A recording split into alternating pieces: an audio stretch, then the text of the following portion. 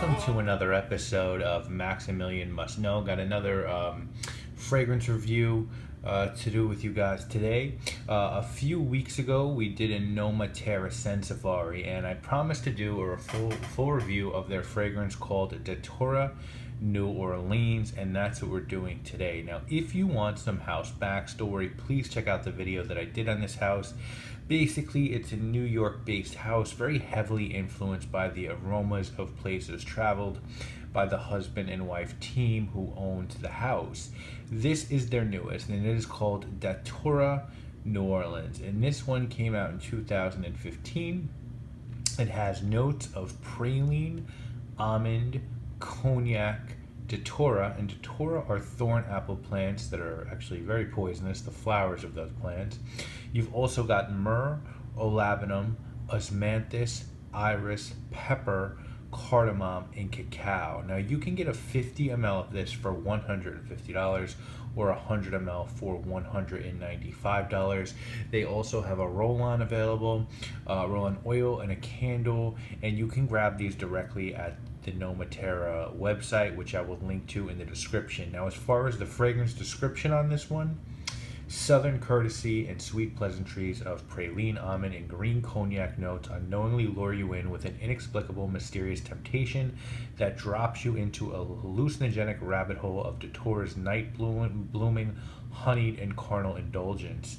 Somalian myrrh and Omani frankincense transport you through the night, creating a spiritual tribute to Louisiana's historic voodoo culture, with the aroma of lush osmanthus and iris awaken you from your bewitching dreams. Creole spices of peppers and cardamom blended with rare cacao ground the composition, making this scent of lust and sin and alchemy of New Orleans' otherworldly spirit.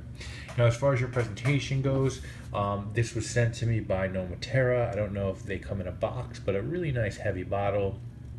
You have a heavy metal cap and an atomizer that works pretty well. So nice little bottle. Certainly nothing to complain about. Pretty sure this is the 50 ml, although it doesn't say, but I think it is the 50 ml. And as far as what this one smells like, man, this one is really nice. For me, I get cognac, very boozy scent. I get almond, dry almond, some resins, very resinous, some florals, cacao. And what I really enjoy about this one is that all these notes converge to give you this dark, what I would categorize as semi-gourmand, very powerful perfume. And for me, this opens up right away with that heavy booze, and it sits on top of these white florals, all these different resins. At the top, it's very dry. For a couple minutes, I thought this might be a little too much for me, but what I really enjoyed about this one is that as it opens up on the skin, the almond comes out and the praline comes out, and it becomes a little sweeter and a little bit friendlier, but still always maintaining that edge and still a counterweight to the other Nomaterra scents that I experienced when they sent me their package. Performance on this one is excellent. You know, this one lasts and lasts and lasts, and it goes through multiple stages. It's a scent that will evolve on your skin. It'll smell completely different a few different times. It doesn't beast off the skin, but it projects well. It's going to give you nice sillage. But you know, when fragrances have this dark and very strong profile, you don't want a real beast of a performer, because you know it can make you smell like you've been drinking, and it can overwhelm. This is without a doubt a unisex scent that's going to do best in cooler weather, and I think this is a great night out, date night, or romantic scent. Now, I don't give number ratings when I receive a bottle.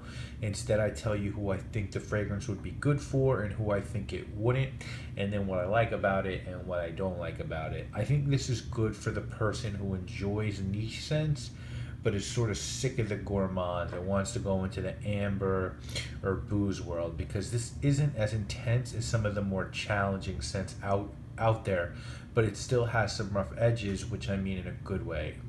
This is not a Manhattan. It's a whiskey on the rock, so it's not straight, but it's not sugar coated. And anyone who enjoys the darker resinous perfumes of, say, Serge Lutens or Amouage is going to be right at home with this one.